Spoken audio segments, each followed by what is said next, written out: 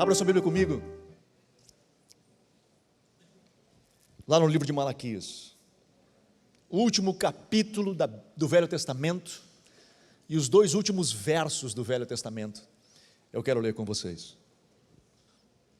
Malaquias capítulo 4, o verso 5 e o verso 6 diz assim: Vede, eu vos enviarei o profeta Elias antes que venha o dia grande e terrível do Senhor, e ele converterá o coração dos pais aos filhos, e o coração dos filhos aos seus pais, para que eu não venha e fira a terra com maldição. Amém. Papai, abençoa, Senhor, a tua palavra, que possamos estar sensíveis à voz do teu Espírito, e que possamos, Senhor, ser ministrados por ti. Nós precisamos da tua palavra falando aos nossos corações. Nós precisamos, Senhor, da instrução, porque ela é alimento para o nosso espírito. Porque nem só de pão vive o homem, mas da palavra que sai da tua boca. Fala conosco nessa noite, eu te peço em nome de Jesus. Amém. Amém.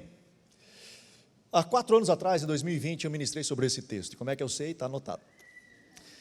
E eu não quero repetir a pregação de 4 anos atrás, ainda que eu recomende você dar uma catada lá em 2020, procura lá que você vai achar, porque eu vou colocar algumas coisas que eu falei naquela vez, há 4 anos atrás, mas eu vou falar outras coisas e tocar em outras coisas nesse momento. Mas de tempos em tempos nós precisamos revisitar alguns textos e alguns conceitos, e eu acredito que esse seja um bom momento de nós fazermos acerca disso. Esse texto é um texto interessante. Olha o que o Velho Testamento encerra, Deus dizendo assim: antes que venha o grande e terrível dia do Senhor. Que dia é esse? O dia do juízo, quando tudo vai acabar e o julgamento do Senhor virá sobre a terra. Ele diz: eu enviarei o profeta Elias. Na verdade não seria o profeta Elias, mas o espírito do profeta Elias. O manto profético que Elias carregava viria antes do fim. E ele viria com uma missão de converter o coração dos pais aos filhos e o coração dos filhos aos pais, para que a terra, o mundo, não fosse ferido com maldição. Esse é o que diz o texto. O Novo Testamento inicia ele falando de João Batista e diz assim em Lucas capítulo 1, verso 17: e ele, falando de João Batista, virá no espírito e poder de Elias, falando dessa unção que encerra o Velho Testamento, e ele converterá o coração dos pais aos filhos, os rebeldes à prudência dos justos, e preparará para mim um povo bem disposto. Lucas 1, 17. Ele fala também de restaurar o coração dos pais aos filhos. Eu não sei vocês, mas quando eu penso no final dos tempos, nos últimos dias, no julgamento, quando Jesus vem para julgar a terra e, enfim, o grande e terrível dia do Senhor, parece-me que faz mais sentido uma pregação do tipo: eu enviarei o profeta Elias para pregar arrependimento. Eu enviarei o profeta Elias para falar sobre nascer de novo. Eu enviarei o profeta Elias para vocês pararem de fazer sacanagem e vocês começarem a andar corretamente. Eu enviarei o profeta Elias para anunciar a vocês, raça de víboras, se converter e tal. Não. Ele diz que antes que venha o grande e terrível dia do Senhor, ele enviará o profeta Elias com uma missão, ou o espírito do profeta Elias, com uma missão de converter o coração dos pais aos filhos e o coração dos filhos aos pais. E aqui nós vemos a importância de um contexto chamado família. O quanto para Deus isso é importante. A restauração do coração dos pais aos seus filhos e a conexão de coração dos seus filhos para com os pais. Nós vemos isso no próprio Deus, que quando cria o mundo, ele cria Adão e vê que Adão está só e não é bom que esteja só, e ele cria a auxiliadora Eva, e diz para os dois: crescei, multiplicai e povoai a terra, exercei domínio sobre os peixes do mar, as aves do céu, os animais domésticos, animais selvagens. Em outras palavras, Deus estava dizendo: a forma que vocês vão povoar a terra e exercer domínio através da terra, sobre a terra, será através da família. As famílias vão se multiplicando e exercendo domínio sobre a terra, vivendo a cultura que eu estou dando para vocês, e vocês se espalharão pelo mundo e exercerão domínio sobre o mundo a partir dos conceitos que eu estou entregando para vocês. Família é tão importante que Deus se autodenomina Pai e chama de Jesus o seu Filho. É tão importante que quando ele fala desse encontro no final dos tempos do julgamento, quando Cristo vem buscar a sua igreja, ele chama de bodas do Cordeiro. Ele chama de casamento do Cordeiro, onde o noivo, que é Cristo, encontra a noiva, que é a igreja. Família é importante nesse contexto. O contexto de salvação da humanidade passa pela família. Isso é tão sério que o inimigo, sabendo, tem vindo forte para destruir as nossas famílias. Uma das coisas que a unção que Deus libera nesse tempo, nos últimos dias, antes que venha o grande e terrível dia do Senhor, preste atenção, ele diz, é para converter o coração dos pais aos filhos e o coração dos filhos aos pais. Ou seja, a relação nossa de família, ela é de coração para coração. Ela está conectada de coração para coração. Algo que nós não podemos perder nunca dos nossos filhos, e nós como filhos, porque aqui somos todos, com os nossos pais, daqueles que nós temos a oportunidade de, nem sempre temos, é estar conectados de coração para coração. Mas Anderson, como é que a gente faz isso? Não é fácil, eu sei, não é de barbada. Mas como é que eu sei que eu estou conectado de coração? E eu falo isso sempre quando pessoas vêm no meu gabinete com situações complicadas com os seus filhos e que precisam traçar limites claros, aonde os seus filhos eles estão indo por alguns caminhos complicados e sérios, e alguns são muito sérios, e aonde a fé cristã bate de frente com as escolhas que os filhos estão fazendo de forma muito grave, muito séria, e eles perguntam, o que eu faço? Porque se eu travar pé, provavelmente meu filho vai embora.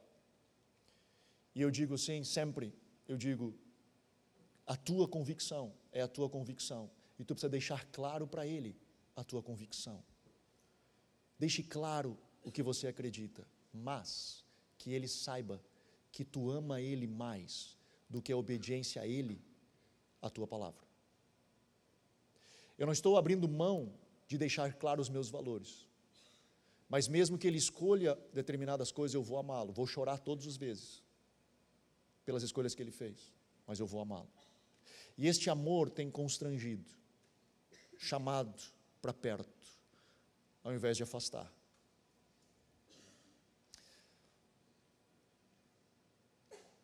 Esses momentos são difíceis na nossa construção de relacionamento com os nossos filhos. Eu lembro de um dia, meu filho estava na adolescência, eu não lembro o que ele fez, mas eu sei que eu estava muito bravo. Eu estava muito bravo. Nós estávamos na praia e eu estava muito bravo. Eu fiquei bravo demais. E eu saí caminhando na frente dele, eu não queria mais nem ver, eu queria torcer o pescoço dele. E eu saí caminhando na frente, eu estava mal, e eu sempre busquei essa conexão, nós estávamos conectados de coração para coração. E naquele dia, eu estava muito chateado, muito bravo. E eu saí caminhando, Deus falou comigo e disse, tu está errado. Se você continuar dessa forma, nesse momento dele, de insanidade dele, porque ele está insano mesmo, tu está desconectando o teu coração dele. E se tu não fizer o caminho de volta, provavelmente, aqui tu está perdendo ele. Eu parei, eu voltei e pedi perdão ao meu filho. Eu disse, filho, me perdoa. O que tu fez está errado e não deixou de ser errado. Mas a reação minha em relação ao que tu fez foi errado e eu quero que me perdoe. Nós sempre buscamos trabalhar conexão de coração para coração. Trabalhar essa conexão de estarmos perto um do outro. E eu espero que você me entenda. E talvez, se você não lembrar mais nada do que eu falar hoje, lembre disso. Mantenha a conexão de coração para coração com o seu filho. E o Senhor tem derramado nesses dias uma unção específica para nós estarmos conectados. Que o filho possa olhar para nós e saber que nós o amamos de verdade, mais do que a obediência dele àquilo que eu estou pedindo que ele faça. Obviamente que a gente quer obediência.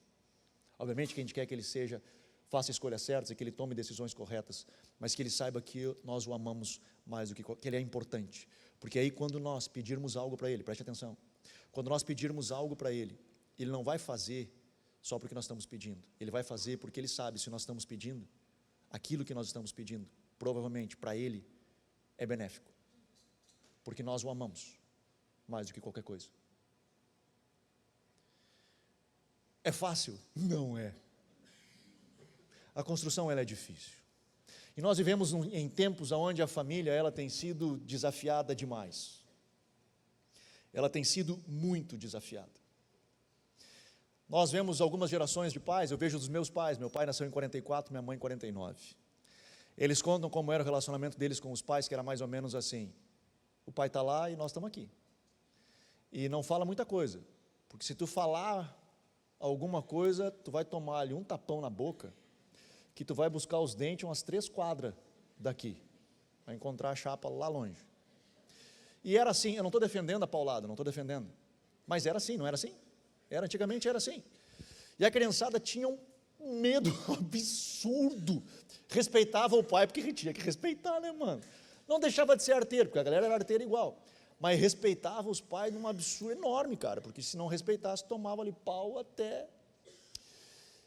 E passou. De novo, não estou defendendo, não está certo, mas tinha uma coisa que eles tinham, que era respeito pelos pais. Era aquela coisa assim, eu sei que meu pai me ama do jeito dele, não sabia demonstrar amor, né? Meu pai me ama, é do jeito dele, aquele jeito eu sei que ele me ama, né? Mas é aquele jeito que tu tem que procurar muito para achar, né? Não é de barbado. Os meus pais não nos criaram assim, né? Eu e o Robson fomos criados diferentes. Eles nos amaram, eles estiveram perto da gente, foram pais muito presentes. E isso influenciou demais a vida da gente. Mas, mesmo nos amando, e nós tendo condições de falar na mesa, dar opinião e opinar, e eles ouvirem aquilo, nós construímos com um conceito, que era de respeito. Nós respeitávamos os nossos pais. Ainda que eles nos amavam, nós os respeitávamos. Eu poderia contar aqui várias histórias que eu passei, enfim, que eu tinha medo, né, como seria contar para os meus pais. Eu lembro de uma que foi, para mim, assim, até hoje eu tenho um carinho por aquela história, mas um dia a mãe pediu para eu ir comprar coisa no mercado, e pediu para eu levar o Robson. Foi esse o meu erro. Esse foi o meu erro. E aí, eu não lembro quantos anos eu tinha, eu devia de ter, sei lá, uns 7, 8 anos, o Robson tem 3 a menos que eu devia ter uns 5, e eu fui de mão dada com ele para o mercado, era perto, a gente foi lá, e a mãe deu dinheiro para comprar as coisas, e eu cometi um grave erro, que foi deixar ele sozinho. No mercado, eu comprei as coisas, quando eu estava com todo o meu cestinho com as compras, eu olhei ao redor, estava ele sorrindo assim, com a cara lotada de chocolate, assim, ó. Ele tinha comido todo o chocolate, ele estava feliz da vida com aquele chocolate. E aí eu tive que pagar o chocolate, eu paguei o chocolate, não consegui comprar tudo que a mãe tinha pedido, eu de mão dada, chorando, voltando embora para casa, o Robson rindo, feliz da vida, com a pança cheia de chocolate. E eu estava apavorado, cara, que eu tinha que contar para minha mãe que o Robson comeu o chocolate, que não foi culpa minha, que foi ele que comeu o chocolate. Mas eu, cara, como é que eu vou contar para minha mãe que eu gastei o dinheiro na comida, no chocolate do Robson? Né? Mas eu conto essa história para dizer o seguinte, além de que ele fazia essas coisas, mas de expor um pouco o Robson. Cara, a gente tinha esse conceito de que, cara, o que o pai pensa sobre a minha vida conta. Porque os meus pais, eles me amaram, mas eles nos deram limites. Eu lembro de uma vez, eu tinha 17 anos, ainda não era cristão, não era convertido, eu chegava aos finais de semana, acabava chegando tarde em casa. E eu lembro à noite, né, de noite assim, nos finais de semana, eu lembro de, não foi nenhuma nem duas vezes, no inverno, que eu cheguei em casa, e meu pai estava enrolado num cobertor na rua, olhando na rua, esperando eu entrar, porque ele não conseguia dormir sem que eu chegasse em casa. Foi esse tipo de lar que eu cresci. Foi nesse ambiente de pessoas que nos amaram e que cuidaram da gente de uma forma incrível. E eu lembro que quando eu casei, eu olhei para o meu pai e para a minha mãe e eu disse, eu espero que eu consiga construir na minha casa, no meu lar, reproduzir o que vocês fizeram para nós. Se você quiser, eu sento com você uma tarde inteira para contar os podres do meu pai e da minha mãe. Tem muitos erros que eles cometeram, muita coisa que eles fizeram. Uma tarde inteira eu posso contar. Mas, cara, eu tenho referências incríveis de outras coisas que eles fizeram que, para mim, trouxe esse anseio de dizer, cara, isso aqui para mim é referência e eu quero poder viver isso e reproduzir isso. Foi assim que nós criamos os nossos filhos, foi assim que nós buscamos construir junto com os nossos filhos, com os meus filhos, né, eu e a Miriam, construindo com eles essa relação onde, cara, eu quero poder estar perto de ti. Eu tenho uma dificuldade com uma frase que o pessoal diz assim, pai não pode ser amigo de filho. Eu tenho dificuldade com essa frase porque eu sempre quis ser amigo dos meus filhos. Eu sempre quis estar perto dos meus filhos.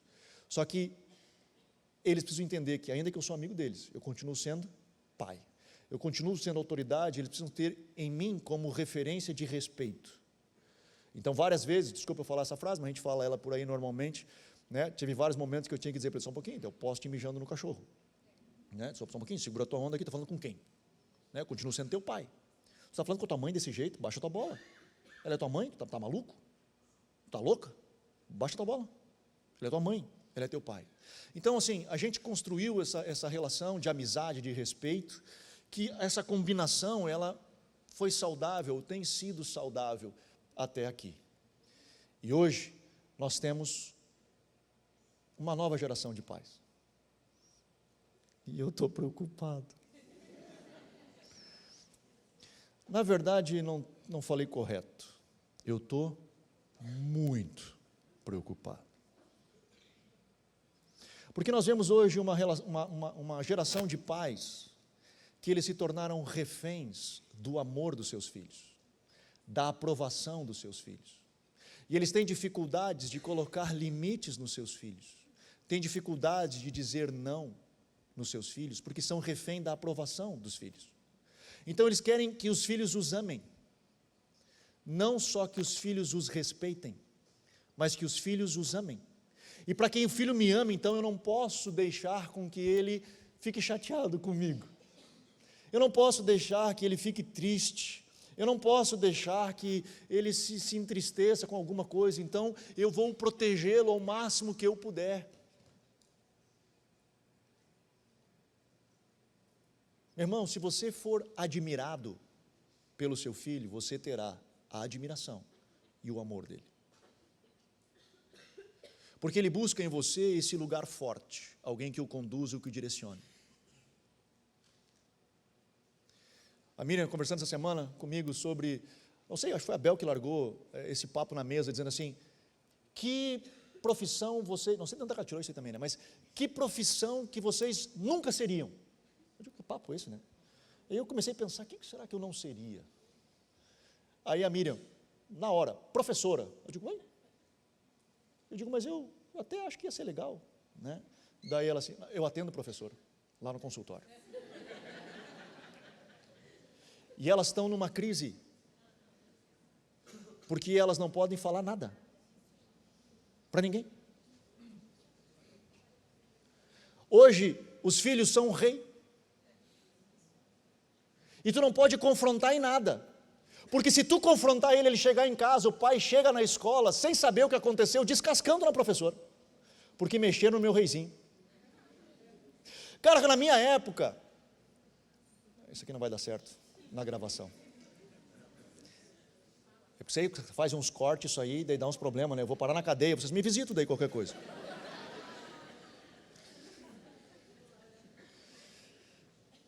Mas na minha época, se a professora, na entrega de boletins, reclamasse de algo, minha mãe ia perguntar o que tinha acontecido depois da tunda. Aí ela me conta o que aconteceu. Mas primeiro, cara, não interessa o que a professora falou. Pau. Não estou defendendo o pau, me entenda. Esse é o corte que vai me dar problema. Eu quero dizer a questão do respeito, de identificar a autoridade, eu conseguir respeitar com limites. Não precisa dar pau, não precisa bater, mas tem que colocar limite. Tem que dizer até onde tu vai, como tu vai, o que tu faz. Filhos superprotegidos,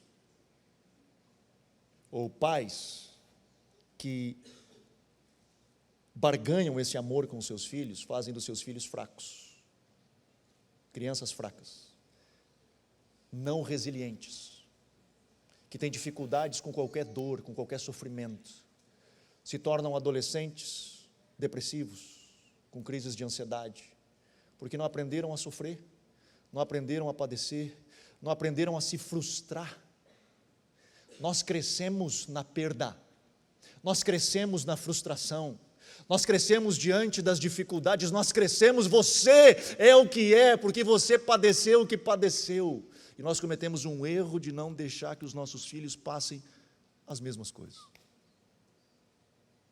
Você é forte hoje porque você teve que enfrentar dificuldades, e isso deu a você resiliência, capacidade de superar, e nós superprotegemos os nossos filhos. Filhos fracos, superprotegidos, provavelmente, gerará adultos delinquentes. E não me refiro necessariamente a bandido, me refiro a pessoas sem padrões, sem limites.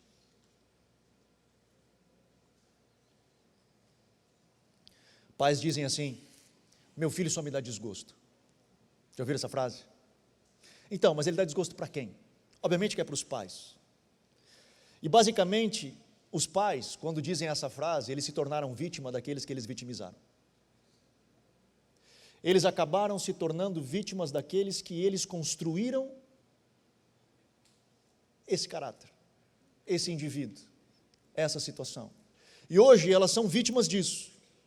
Portanto, quando você diz assim, o meu filho só me dá desgosto, você não está revelando o caráter do seu filho, você está se revelando como pai.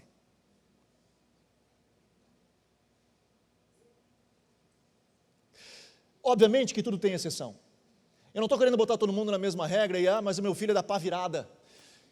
E não teve jeito. Claro, às vezes acontece. Tem um pastor amigo meu, que ele ministra até hoje para a família. Ele teve 3 filhos, e desses 3 filhos, as 2 meninas, as primeiras, eram da pá virada. E elas, cara, uma engravidou cedo, e para ele foi muito difícil isso, saíram de casa, enfim, foi uma confusão. Hoje, graças a Deus, está todo mundo na igreja, está tudo certinho, mas naquele momento foi muito difícil.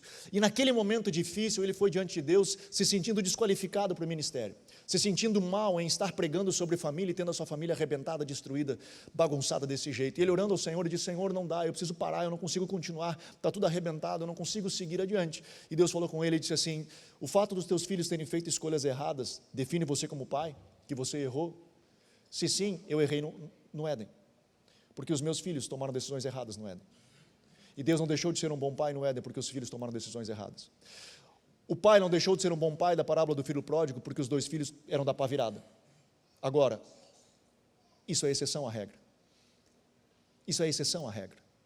Na maioria das vezes, os nossos filhos, na maioria, quase na sua totalidade, eles são consequência clara dos seus pais. Como é que nós sabemos disso? Nós damos aula para os teus filhos. Eles estão lá em cima na escolinha. A gente convive com eles.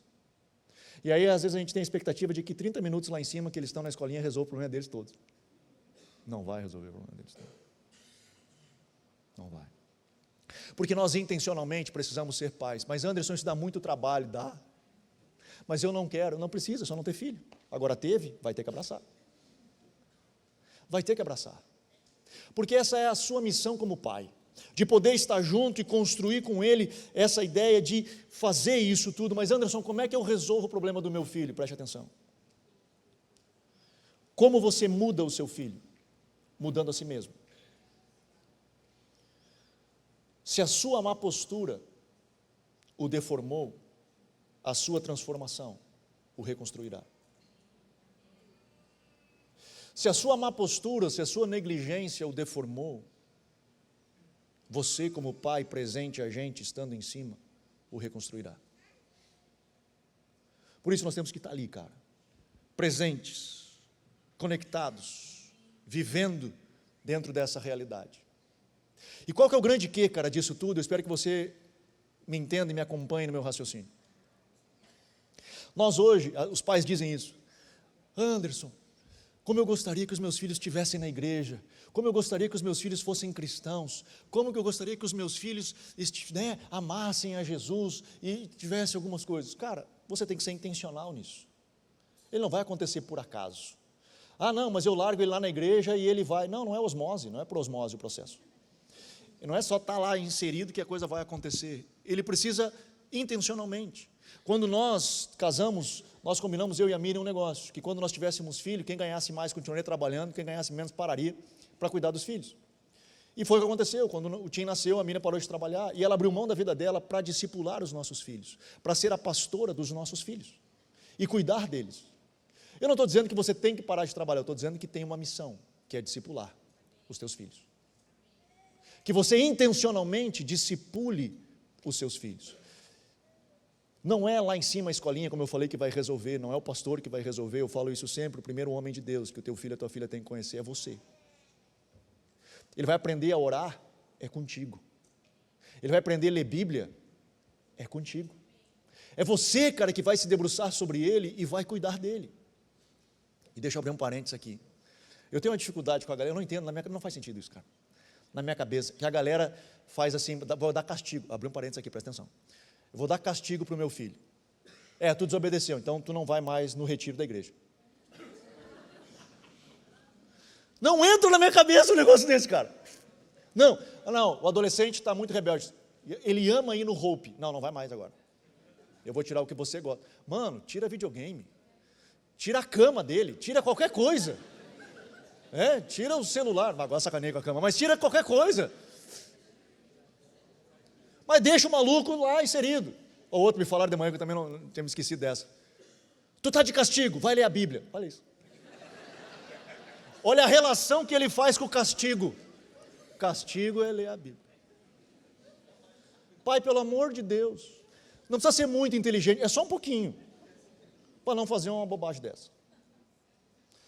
Fechei parênteses. Botei para fora do meu sistema, estou mais tranquilo agora. Eu sempre queria falar isso, sempre me esquecia. Pelo amor de Deus, mas não faz isso. Nunca passou na minha cabeça, nunca consegui entender um negócio desse. O menino está mal, então é lá que ele tem que estar, né, mano? É lá que ele tem que estar inserido, tem que estar caminhando aí. Enfim, fechei parênteses, segue. Caminha comigo nisso, nessa lógica, ela é importante que você entenda. Nós vivemos hoje num mundo que a sociedade ela é materialista e hedonista. Ela valoriza o que é material, a conquista material. Então você é bem-sucedido se você tem coisas materiais. Então você é valorizado por aquilo que tem. Então nós vivemos numa sociedade materialista. Presta atenção no que eu estou dizendo. É natural, é da sociedade, é cultural isso. Tá? Não estou ideando, não estou inventando coisa. É cultura isso aqui, tá? Nós estamos inseridos nesse negócio. E uma sociedade hedonista, que ela busca o prazer. Então o que eu não gosto eu tiro, o que eu gosto eu quero. Então eu vou viver tudo aquilo que contribui comigo, o que é bom para mim, o que eu gosto, eu quero. Beleza.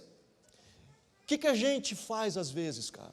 A gente incentiva os nossos filhos justamente nesses dois pontos, que é o materialismo e o hedonismo. Eu dou o que ele quer e não digo não porque o que ele não quer, porque se o que ele quiser e eu dizer não, ele chora, ele reclama, e aí então para eu não me incomodar, eu digo não, eu dou o que ele quer, ele fica em paz, eu estou tranquilo. E eu estou alimentando o hedonismo dele. Eu estou alimentando nele a ideia do suprimento do prazer. Eu dou o que ele quer, eu quero tal coisa, eu me esforço para comprar, para dar para ele, porque ele quer, é meu filho, eu tenho que dar, e eu dou tudo, eu não consigo dizer não, eu tenho que dar para ele. Estou alimentando o materialismo nele. Sabe o que vai acontecer? Ele vai crescer, e ele vai se tornar um adolescente, e ele não vai ter relação nenhuma com a fé por uma seguinte razão. A fé cristã é a fé de um Deus transcendente, não material, onde você se relaciona com ele pela fé, onde você não agarra, você o crê de coração. E é uma fé que ele vai exigir de você que você morra para você mesmo. Lembra da minha última pregação? Negue-se a si mesmo, tome a sua cruz e siga-me. Quando eu disser para ele, cara, tu tem limites no teu comportamento, ele não tem relação com essa fé. Porque ele foi suprido uma vida inteira nisso. Ele foi suprido uma vida inteira onde eu supro toda a necessidade dele, porque eu tenho medo que ele se frustre. Que ele vá chorar por eu dizer não para ele. E aí ele chega um adolescente, você não sabe como ele não quer mais saber de Deus. Eu passei uma vida inteira treinando ele a valorizar o que é material e o que é prazeroso, apenas. O que eu gosto, o que eu não gosto eu tiro, e o que eu gosto eu quero. Eu tenho, às vezes, umas dificuldades assim, quando a gente conversa com os pais, e eles assim, cara, mas o meu filho tem 4 anos, 5 anos, e aí como é que ele vai na escolinha? Não, ele não vai na escolinha. Por que ele não vai na escolinha? Porque ele não gosta. Com todo respeito ao seu filho de 4 anos, de 5 anos, ele não tem que gostar. Ele não tem direito a querer escolher. Agora é a hora de ir para a escolinha. Cara, mas é um problema, ele chora. Ele chora porque ele não quer ir ou você chora porque ele vai? Porque às vezes ele não está indo, não é porque ele não quer, é porque você não quer ficar longe dele. Aí o que você faz? Vou pegar o exemplo daqui porque eu acho que é mais prático, a gente consegue entender, mas isso serve para qualquer coisa que você está vivendo na sua casa, em qualquer lugar. Aí é a hora da escolinha, não, mas eu não quero ir, eu não quero ir na escolinha. E aí o que a gente faz? Enfia um celular nele. Fica olhando o celular então, para não me incomodar, pelo amor de Deus, não me incomoda, fica aqui. Ou eu dou alguma coisa para te brincar, e aí ele fica brincando. Deixa eu... Será? Eu acho que vou ser cancelado também. Pais, deixa eu explicar um negócio para você, se porventura você não sabe. Copo plástico não é brinquedo. Porque se você está ouvindo a criança brincar com o copo plástico, clash, todo mundo aqui também está. E se porventura isso não te irrita, eu fico profundamente irritado. Então tenta evitar o copo plástico. Fechei parênteses também. Botei para fora do sistema, estou tranquilo. Eu precisava botar para fora isso aí. Mas o que a gente faz, cara? A gente tenta entreter a criança. Sabe o que você deveria de fazer com ele nessa hora? Filho, agora é a hora da escolinha. Mas eu não quero ir. Tá bom, não tem problema, você não precisa ir. Só que agora aqui é a hora da pregação da palavra. Então nós vamos assistir a pregação da palavra. Não, mas eu quero o celular. Não, agora não é hora de celular. Não, mas eu quero o tablet. Agora não é hora de tablet. Agora é hora de você sentar e escutar a pregação. Não, mas eu não gosto. Tu tem duas opções. Tu pode subir para a escolinha, onde você vai correr, você vai brincar, você vai fazer não sei o quê. Ou, enfim, o que tem que fazer lá, né? Eu estou sacaneando as professoras, né? Correr não pode, né? Tem que... Tu pode correr até lá, e aí... Me saí mais ou menos. Aí, você conversa. Ou você fica aqui e presta atenção. Qual das duas opções você quer? Está resolvido o problema. E deixa ele escolher. Você só tem essas duas opções. Ponto. Mas não, cara. Ele gosta de correr. É claro que gosta. Ele é criança. Criança gosta de correr. Eu não tenho a expectativa que as crianças vão ficar sentadinhas assim, ó. Eu não tenho essa expectativa, cara. Ele é criança, que corra, que grite, que pule, que faça. Ele é criança. Mas que ele saiba a hora de fazer, aonde fazer e o momento disso tudo. Então, agora não é momento disso. E aí eu acho engraçado, tem alguns pais que eu acho que eles não veem, né, cara? Eles ficam assim, que coisa linda. Como é esperto esse meu filho. E todo mundo querendo trucidar a criança, engolir, está comendo com os olhos assim já, né? E a galera tem dificuldade, cara, de dizer não, de pegar, mas é que ele vai chorar. Vai! É claro que ele vai, tu vai lidar com o choro dele, e ele vai aprender até que ele entenda que, cara, esse não é o momento de correr, ele vai ter um momento de correr, vai ter a hora de fazer isso. Eu falo sempre aqui, já me ouviu falar disso também, cara, eu não tenho problema nenhum das crianças correr depois no final do culto, que corra, cara, eu quero que ele ame correr na igreja, que pode chutar as cadeiras, virar no fim do culto, não tem problema nenhum. Não tem problema mesmo, eu não me importo, cara, mesmo. Aí as crianças vêm tudo suado, abraçar a gente, digo, dá um abraço aqui. Mas que ele tenha prazer em estar na igreja, que ele goste de estar na igreja. Quando ele tem a lembrança da igreja, ele lembra das coisas legais que ele faz na igreja. Mas que ele saiba o momento de fazer isso, a hora de fazer isso. Que ele saiba, cara, nós estamos num momento de pregação, por exemplo, é um momento de pregação. Vou correr depois, vou fazer depois. Que eu entenda limites, que eu saiba entender a regra do jogo e jogar dentro disso, que fique claro para ele. Ah, Anderson, mas não é fácil. Não, não é, você vai ter que se investir nisso, você vai ter que dedicar para isso, você vai ter que dedicar tempo para isso, aonde ele vai aprendendo e ele vai construindo isso. Ah, Anderson, mas é difícil meu filho conectar com Deus e tudo. Eu uso sempre esse exemplo. Não existe Espírito Santo criança. O Espírito Santo que habita em você é o mesmo que habita nele, é o mesmo Espírito Santo.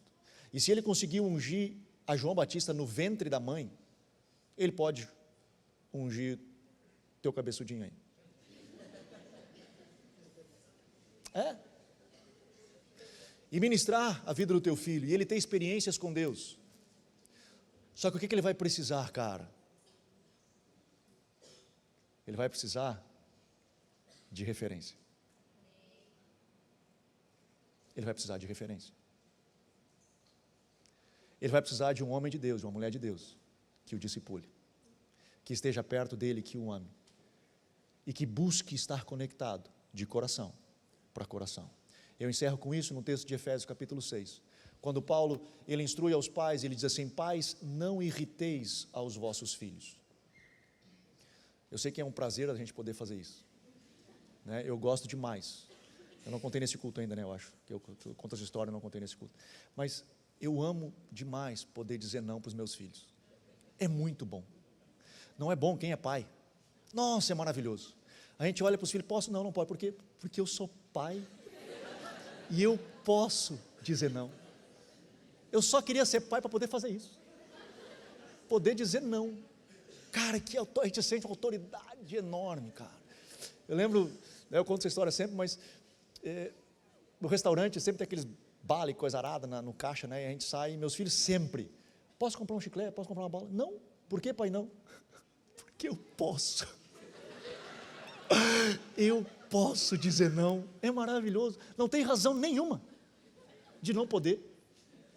Mas, cara, nossa, é um negócio assim que dá dentro da gente. E um dia no restaurante eu fiz, e o cara olhou e disse, começou a rir, o dono do restaurante. Cara, que massa! Eu digo, é maravilhoso. Faz isso com os teus filhos, tu vai gostar demais. Isso aí, cara, é muito bom. Uhum. Então, claro que eles ficam irritados, eles ficam chateados com isso, assim, mas não é disso que Paulo está dizendo quando a gente irrita os nossos filhos. Não é nesse sentido que Paulo, quando ele diz assim, não irriteis os vossos filhos. Quando Paulo está falando dessas coisas, o que ele está querendo dizer é o seguinte: sabe o que irrita mais os teus filhos? Ou os nossos filhos? Ou os filhos? Ou a gente que é filho?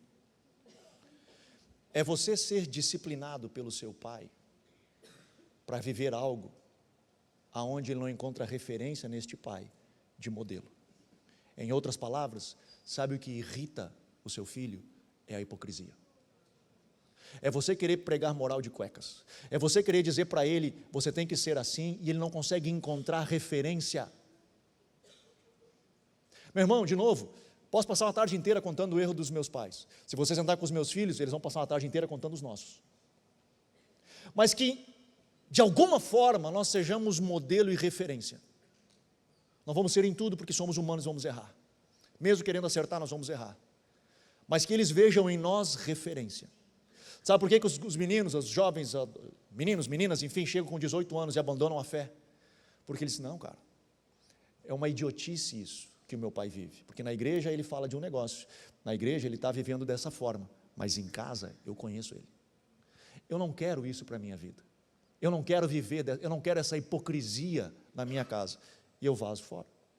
Agora, quando faz sentido para aquela criança, desde pequeno, aonde foi ensinado a ela, cara, que existe o transcendente, e que às vezes tu não vai ter agora, e não é que tu não pode ter agora, tu vai ter depois, e tu conseguir esperar, abrir mão do seu alto prazer, para poder ter algo depois, entender que existe limites, e que esses limites, eles são na verdade não cercas, mas sim proteção, para você,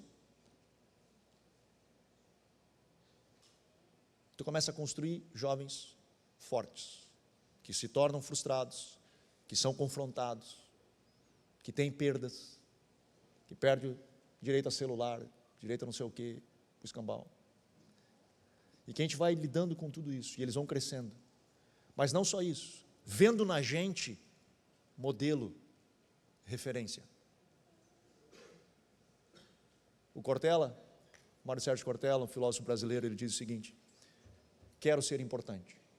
E ele diz, não confunda fama com importância. Não quero ser famoso, eu quero ser importante.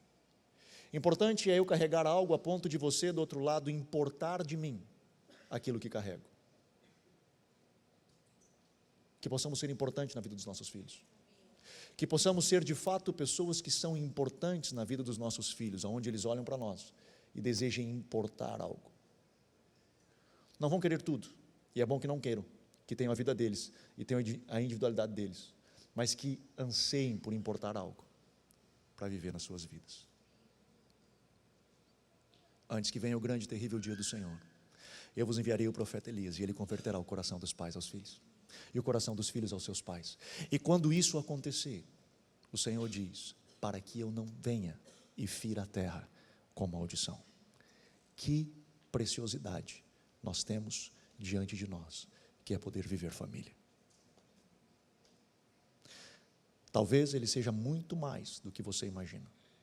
No plano de Deus, a família, talvez ela está num nível muito maior do que você imaginava.